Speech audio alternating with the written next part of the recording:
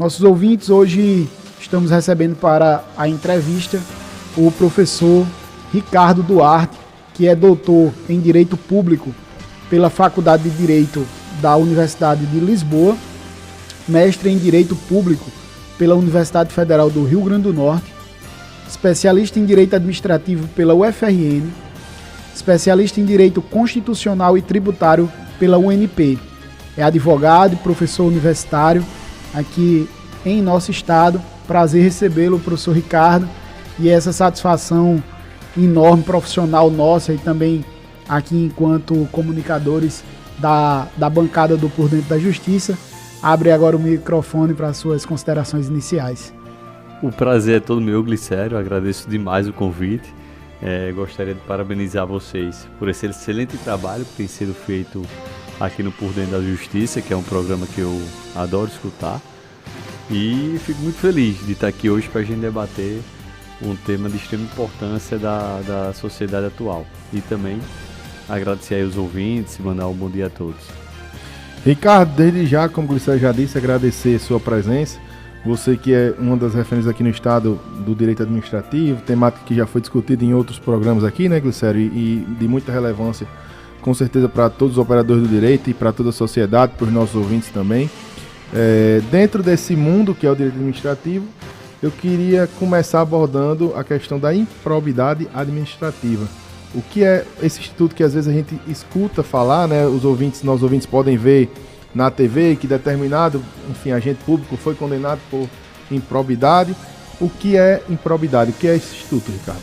Então, a improbidade administrativa, a melhor forma de você definir improbidade é você perguntar ao cidadão de comum. Chegue na rua e pergunte: determinada pessoa está respondendo por improbidade, o que é que você acha dele?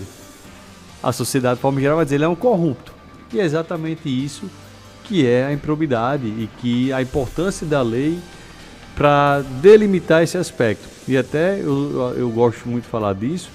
Se a gente for olhar a exposição dos motivos da lei lá em 1992, que é a razão pela qual essa lei foi criada, e a exposição dos motivos foi elaborada pelo ministro Jarbas Passarinho, à época ministro de Collor, ele dizia o seguinte: a improbidade, a lei de improbidade, ela tem por objetivo combater a corrupção e a dilapidação da administração pública. Então, de certa forma, é isso que a lei quer tratar. Vem estabelecer institutos para buscar combater a corrupção e a dilapidação da administração pública. Perfeito. Ricardo, primeiramente, desejar boas-vindas, né? Dizer que Ricardo é sinônimo da nova geração do direito administrativo, né? Nós temos, por exemplo, o professor Vladimir da antiga geração, né? Ricardo é sinônimo, né? Muito conceituado, né? Amigo dos amigos meus. E aí, Ricardo, eu queria que você entrasse na questão da lei de improbidade sobre duas questões, né? O dolo, que, para quem não sabe, ao ouvinte, que não é dado do direito, é a intenção, né? E aí eu queria que você pudesse falar sobre a questão do dolo específico e também da exclusão de condutas culposas na lei de improbidade. Então, era algo que eu sempre fiz essa crítica, já para explicar um pouco. Meu livro de improbidade é de 2017, eu já colocava isso no livro de 2017, que era o seguinte: se você for olhar a jurisprudência desde a década de 90, ela dizia o seguinte: a improbidade, ela não tem por objetivo combater o gestor e o servidor ineficiente, aquele gestor que não tem a qualidade suficiente para estar na administração pública. Ela tem por objetivo combater o gestor e o servidor picareta, desonesto, certo? Contudo, se você ia olhar os processos em si na prática, a justiça dizia que bastava o dolo genérico para alguém ser condenado por improbidade. Mas o que é o dolo genérico? Nada mais é do que atuar de forma consciente.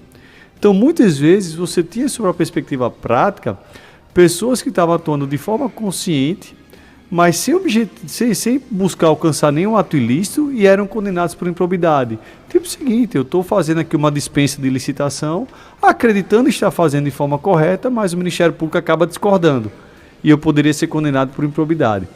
Com a nova lei, ela veio trazer uma alteração fundamental lá no artigo 1º. Ela passou a dizer que, para configurar a improbidade, não basta o dolo genérico, eu preciso do dolo específico. O que é isso? faz-se necessário que eu haja de forma consciente, mas com o objetivo de cometer o ato ilícito. Então isso deixa claro que aquele servidor que está atuando de boa fé, aquele servidor que não tem por finalidade alcançar alguma irregularidade, alguma ilicitude na administração pública, não pode ser condenado por improbidade, tem que ser absolvido. Da mesma forma também, antes era muito normal, lá pelo artigo 10, que é o tipo do prejuízo erário, as pessoas serem condenadas por culpa. Você atuou de forma negligente, imperita, e de forma culposa você teria causado algum dano erário e era condenado por improbidade. Contudo, por outro lado, é algo que eu sempre critiquei, porque ninguém tem como ser desonesto de forma culposa. Isso não existe, né? É contraditório por si só.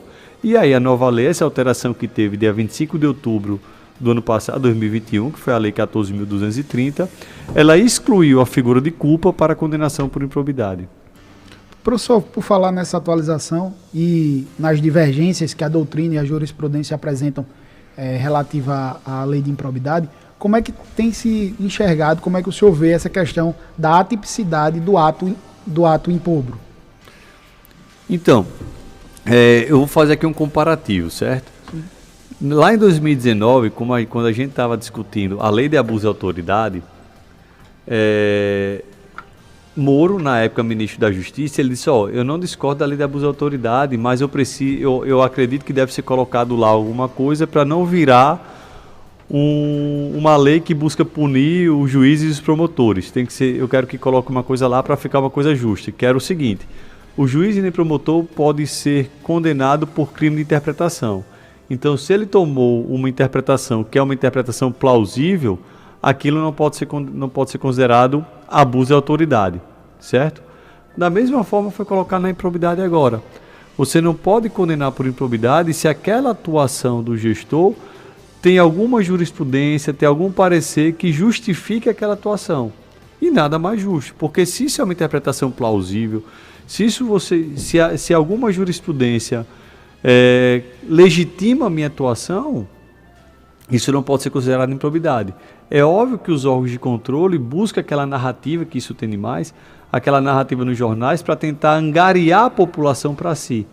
Mas o que você tinha na vigência antes da alteração era que o que valia era apenas a vontade do MP. Se o MP tivesse um determinado entendimento e o seu entendimento fosse contrário, por mais que o seu entendimento fosse condizente com a jurisprudência, ele ingressava com uma ação contra você e muitas vezes conseguir sucesso, que acabava sendo muito injusto e ocasionando o que a gente chama de direito administrativo do medo, né? Os servidores tinham medo de atuar, tinham medo de agir em razão de uma possível ação que podia recair sobre ele.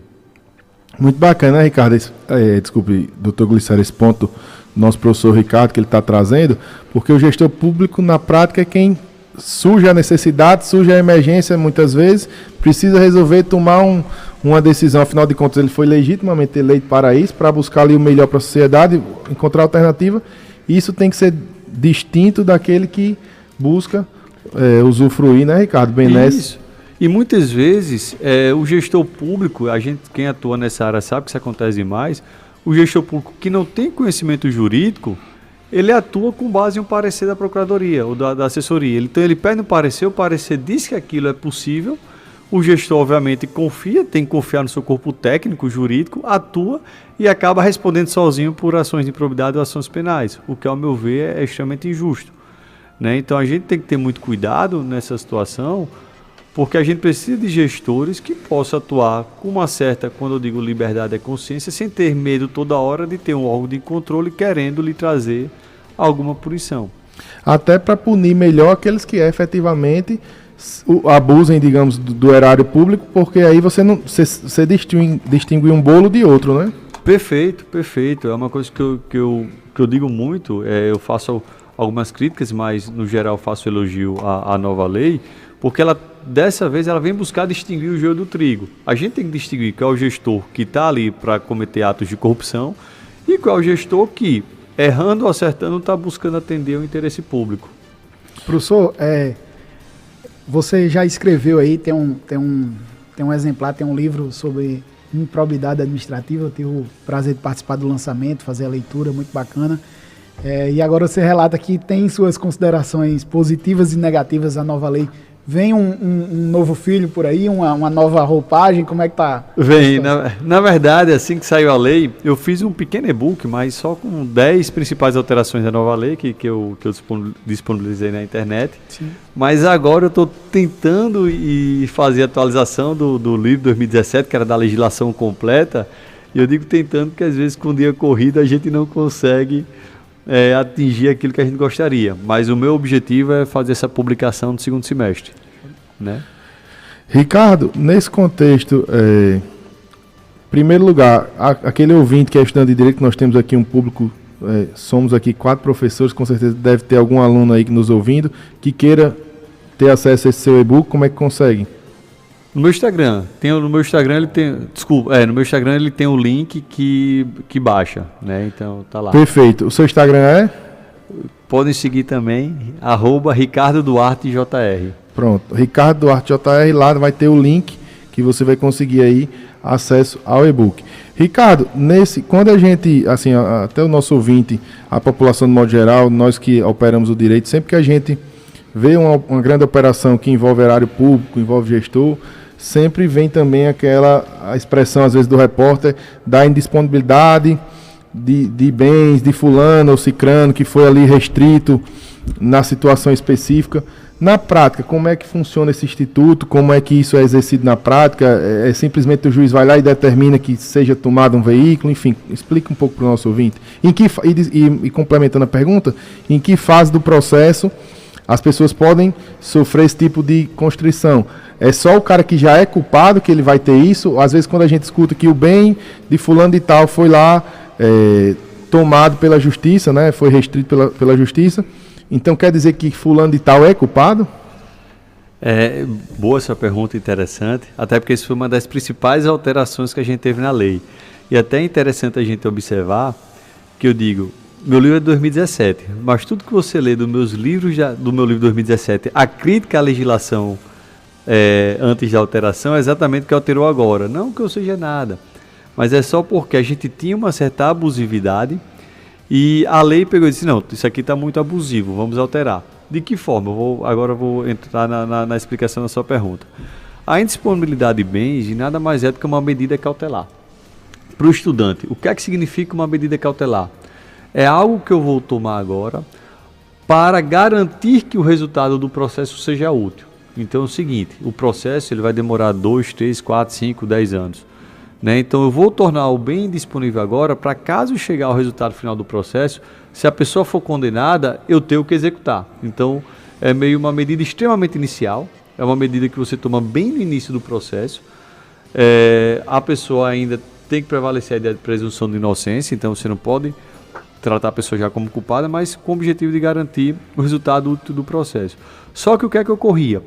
O estudante de direito, se vocês forem ler o CPC, lá no artigo 301, ele fala isso, a medida cautelar, eu preciso de 2 requisitos para decidir uma medida cautelar, que é a fumaça do meu direito, que aquela argumentação tem uma plausibilidade, e o perigo da demora, que é o perigo do risco do resultado final, de não garantir.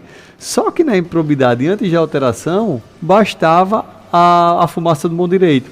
Então, se você fosse olhar a legislação, não era nem a legislação, era o entendimento do STJ, bastava que o juiz entendesse que a fundamentação do Ministério Público era plausível, ele poderia determinar o bloqueio de bens do réu, sem escutar o réu e sem ter o perigo do réu dilapidar seu patrimônio. E ainda vou além. O juiz poderia determinar, inclusive, o bloqueio de bens de família.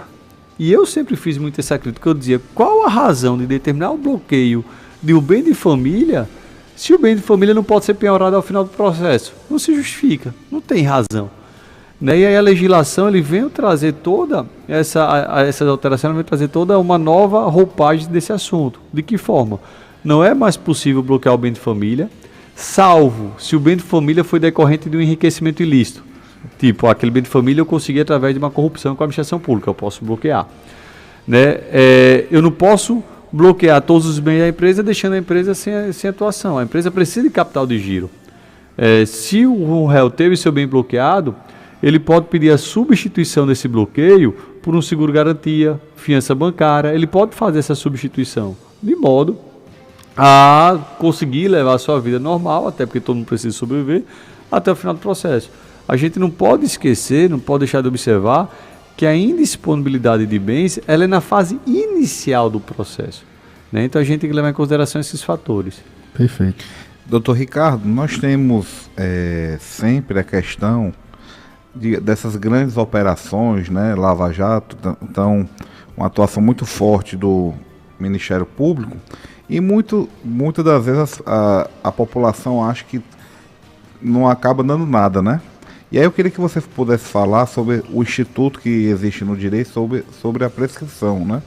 Como é que está a prescrição nessa nova lei de improbidade administrativa? Então, e aí se eu puder fazer críticas à nova legislação, e eu faço, o Instituto da Prescrição é o ponto mais negativo da legislação. Por quê? Se você fosse colocar, eu vou fazer aqui um paralelo entre a legislação anterior e a nova legislação.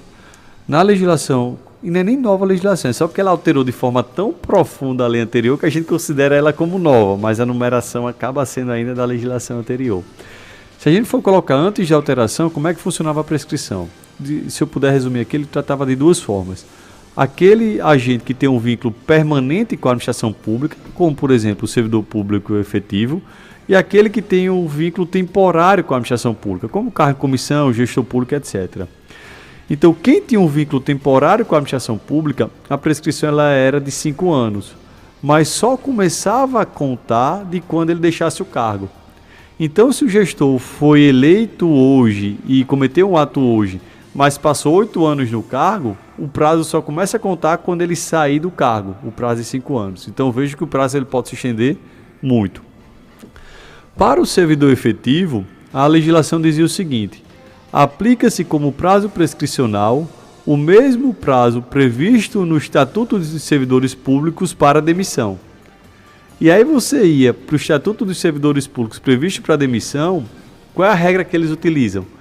Se aquele ato cometido pelo servidor também configurar crime, o prazo é o mesmo do Código Penal.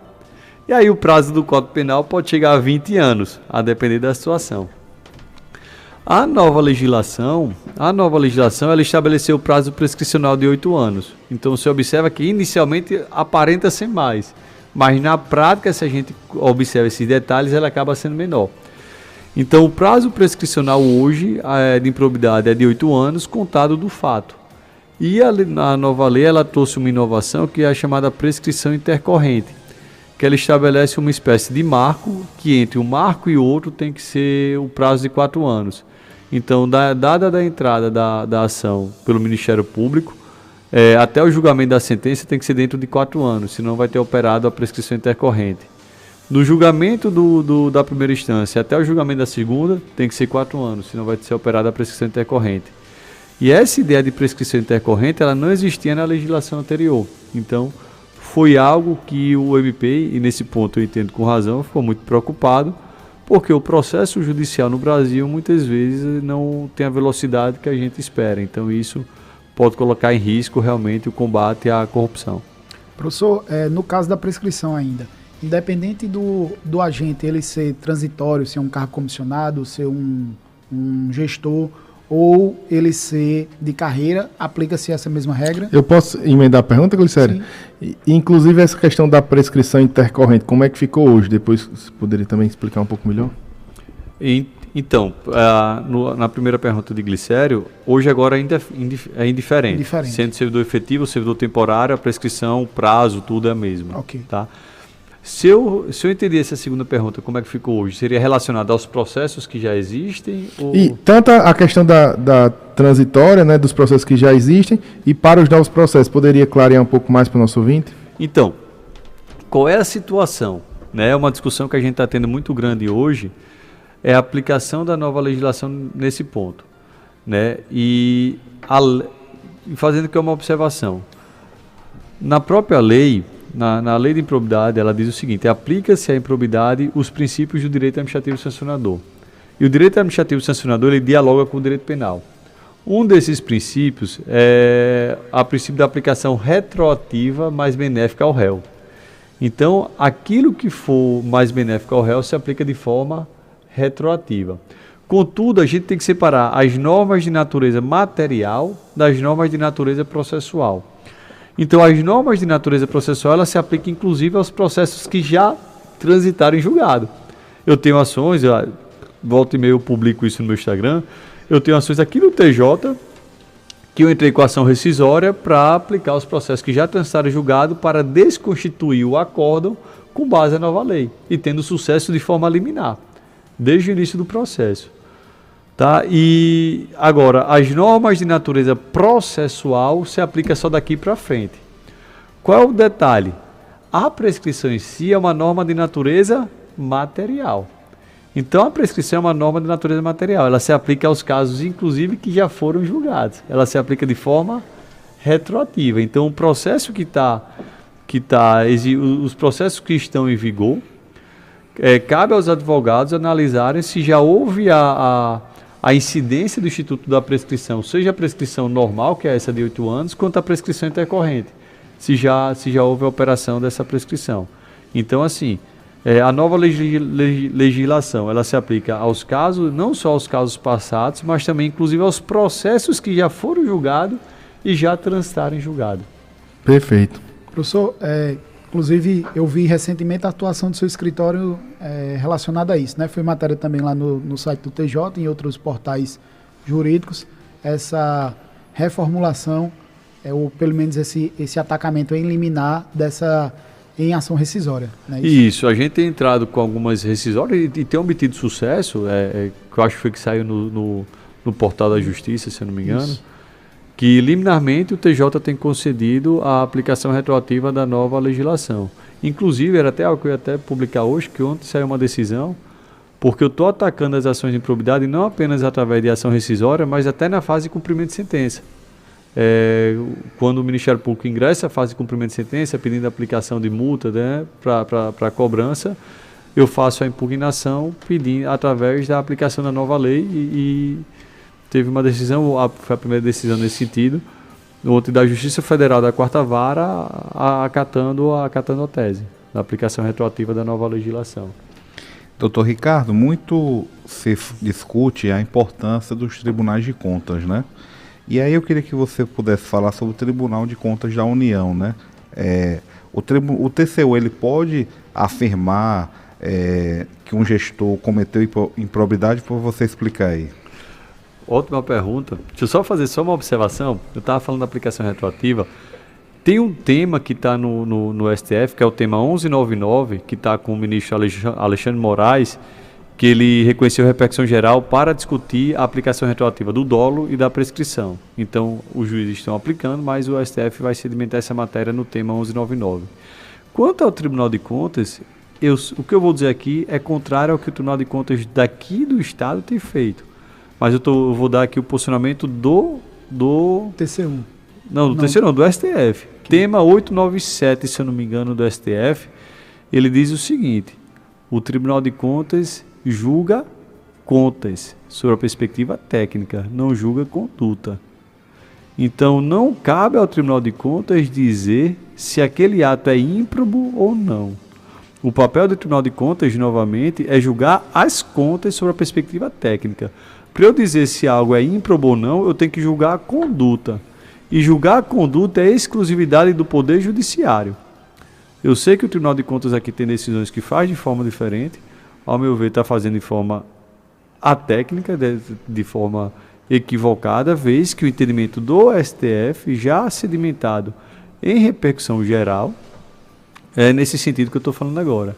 Inclusive, em razão disso, o STF também falou que as decisões condenatórias do Tribunal de Contas prescrevem. Há prescrição das decisões do Tribunal de Contas porque o próprio STF já disse lá atrás, em 2017 para 2018, que a prestação de ressarcimento ao erário prescreve em 5 anos, salvo se aquilo é decorrente de um ato de improbidade doloso. Se o Tribunal de Contas não julga a conduta se é improbidade ou não, aquela decisão do Tribunal de Contas ele tem um prazo prescricional de 5 anos.